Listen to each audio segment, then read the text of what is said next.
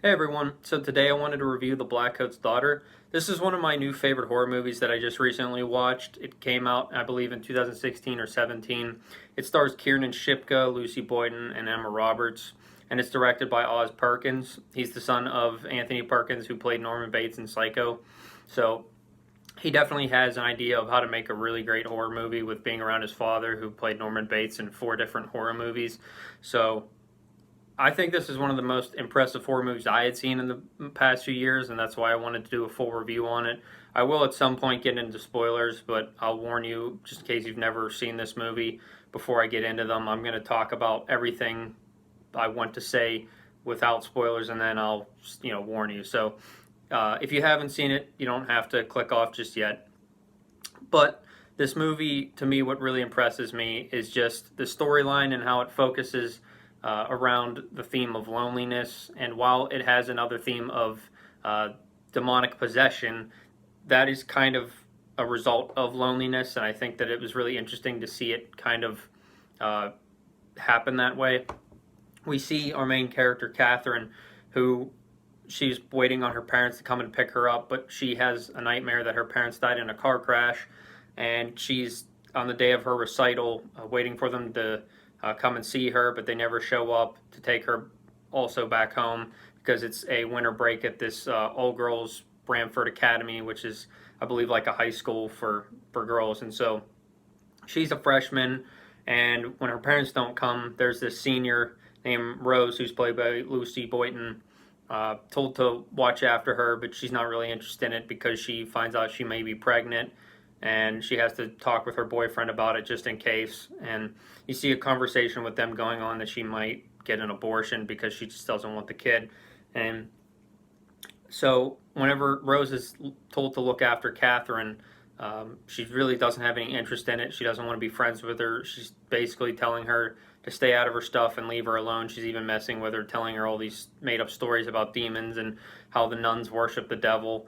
And so she believes her because, she thinks that that could have possibly happened just because of, at first, she really doesn't believe her, but then kind of the more she tells her, she thinks it's a possibility. And after she's blown off by both uh, the priest, the director, and Rose, she kind of feels alone now that she feels like her parents aren't going to come and pick her up.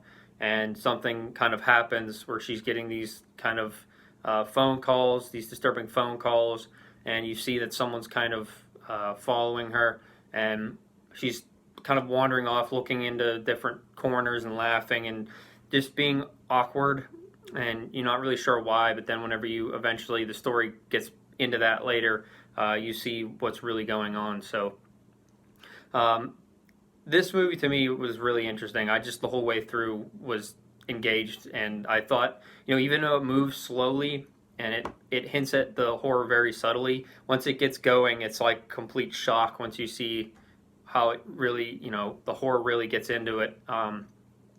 It's not like your typical jump scare type horror movie, so if you're someone that doesn't like that, you don't have to worry. This is made by A24 Studios, so they, at least what I've seen, don't really do jump scare horror. They do that very slow moving, subtle horror, and then move to like a big kind of finish where it all just kind of goes nuts. And that's in a way kind of like that, but there's not like, this isn't like Hereditary where it's just like so over the top, or like Midsummer where it's just some weird cult stuff. This is its own thing, and I think that it's really, in my opinion, it's the best A24 film I've ever seen, and I really can't recommend it enough if you're a horror fan like I am, and you just like to watch anything that's kind of unique and you're hearing good things about it. I was hearing great things about this for the most part, and while I was hearing some people say it was really boring, you never know, going into it, what someone likes and what someone doesn't.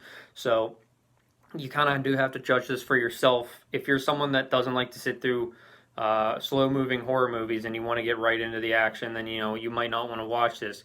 But if you're someone that likes to kind of let the horror build up and build up to lead towards a kind of big finish, then this definitely would be something you'd probably be interested in. So um, there's really not much else I don't think, talk about about the movie itself without getting into spoilers. I will say though, if you do like this, the director Oz Perkins did direct another horror movie. I didn't particularly like that one. I watched it before this one. That one's called I Am the Pretty Thing That Lives in the House. Both of these movies you can find on Netflix, but I do only recommend Blackcoat's Daughter personally.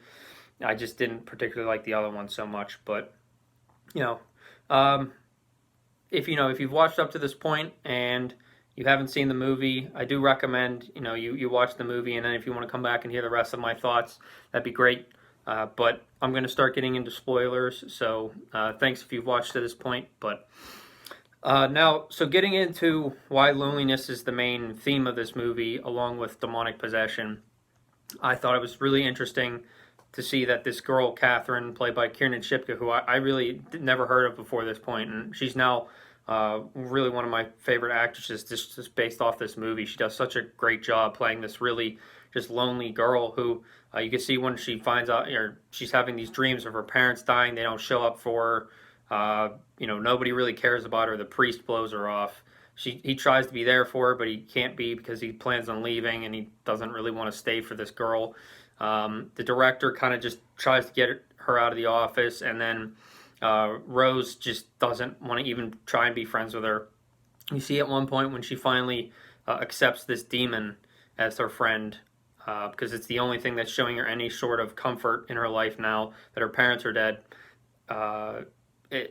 She gives up on everything else and just goes totally for this devil or this demon. And whenever Rose tries to even show her some sort of friendship, she just basically doesn't want anything to do with her. And she said, "You had your chance," and she's talking about her parents dying, and Rose is very taken back by this and not sure, what she's talking about. And then we see the scene where she's sitting down to dinner and with the two nuns and Rose, and she refuses to pray. But then when they force her to, she throws up and gets ill from it because she is now at this point against God and for the devil and with this demon. And then whenever she's ill after that, she's being looked at by these two nuns. She calls the one a vulgar name when she tries to give her medication to make her feel better, and they also at the same time are getting this phone call to reveal that her parents did indeed die and that the director and a state trooper are coming. But by the time they get there, you find out that Catherine has beheaded them and stabbed them to death and put the two nuns' heads and Rose's head in front of this furnace where the demon was living, and she was bowing to the furnace that Rose found her there earlier in the movie. And I just thought that the horror at that part of the movie was really great, and how you see Catherine change from this really sweet, lonely, quiet, shy girl to this just evil, devil worshiper, just because of the fact that she has nothing and she's so lonely that she's willing to give herself totally over to the devil. It was really interesting. Normally you, in demonic possession movies, see that someone is a victim of demonic possession, not a willing participant in it. And I thought that it was really a great twist on that. And then we see whenever she gets exorcised by the priest that wasn't really there for her, she keeps begging, or she does beg the demon to not go, but the demon leaves. And then later in the movie, when you get this connected storyline with Joan, where Joan is actually Catherine 9 years later, and she had killed someone and took their identity and escaped from this asylum that she was put in after those murders, you see that she goes back, and those people that picked her up earlier in the movie from the bus station were actually the parents of Rose laying the flowers. They were planning on laying flowers on her daughter's grave, but she kills them too, takes their heads, and tries to do the same thing over to conjure the devil. And a little interesting thing that I thought was really great touch that Oz added into this was where, he says that you remind me a lot of my daughter, and that I don't know if you believe in God, but I see God in coincidences, that I didn't just come across you for no reason. You remind me so much of my daughter who died 9 years ago, and this is the anniversary of her death, and you need help. I want to help you. And it's really that she was the one who killed her daughter, and Catherine's looking at this like this is possibly the demon trying to work his way back to her. And I thought that was really kind of a great little touch that he added.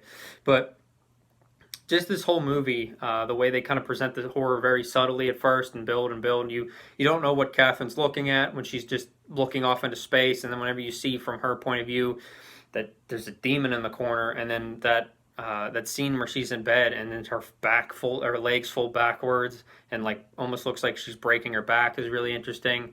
And then just from one day to the next, how she turns from just a sweet innocent girl to this violent possessed girl and commits these murders and then ends up going to jail for it is really cool. Or at least I thought very interesting. And like I said, I thought Kiernan Shipka played it really well. And to me, having never seen her in a movie before or a TV show, I'm really interested to see her in more. And I thought she really stole like her role in this movie. She did such a great job. And you'd think with having Emma Roberts, who is known for being like a horror icon, and then Lucy Boynton, who's just a really good actress in her own, playing in recently in Bohemian Rhapsody, and then she was also in the I Am the Pretty Thing That Lives in the House that Oz directed. You know, she's in plenty of movies, and been plenty in horror movies, but this movie was, in my opinion, all Kiernan Shipka playing this lonely girl and how it affected her. And I just was really impressed by the way this movie was written and directed. And it's one of my personal favorite horror movies in the past few years. And I would, if it's not in my top 10, it's just shy of it. I did that top 10 video before I watched any of those movies last month, and I had gone through like probably 30 to 35 horror movies that I had not seen before, and this one and Black Christmas were really standout movies to me. I'm not sure which one I like more, but they're both really close, and I just really wanted to cover this one in particular just because if you've never seen it and you're still watching, I really do recommend this movie. And just the way the movie shows Joan early on, where she's got this bullet wound, where you just see it's a scar on her back shoulder and then on this side. And then when you kind of put the pieces together, for me it was pretty early on. I could tell because of the haircut change or the hairstyle change from Catherine, when she has like braided hair when she's playing this really shy girl, but then when the demon takes her over, her hair's let down. And then I noticed Joan has the same haircut. And I was like, I'm pretty sure that that's the same person. They just used two different actors to kind of not be as, I guess, obvious. And I really like that. So I can't recommend this movie enough. You know, if you haven't seen it and you're still watching, like I said, you know, I do recommend giving it a chance. It's on Netflix, and you know, if you have Netflix, it's free. So yeah, I don't think there's anything else for me that I really want to cover. If you have seen it, you know, I'd love to hear your thoughts on it. And if you haven't seen it and you're watching my review after you came back after, you know, watching the movie, I'd love to hear what you think of it. But this is, like I said, one of my new favorite horror movies, and I've watched it twice already since I bought it, and I really enjoy it. So thanks for watching, everyone. I look forward to hearing your thoughts on it, and I'll talk to you soon. See you.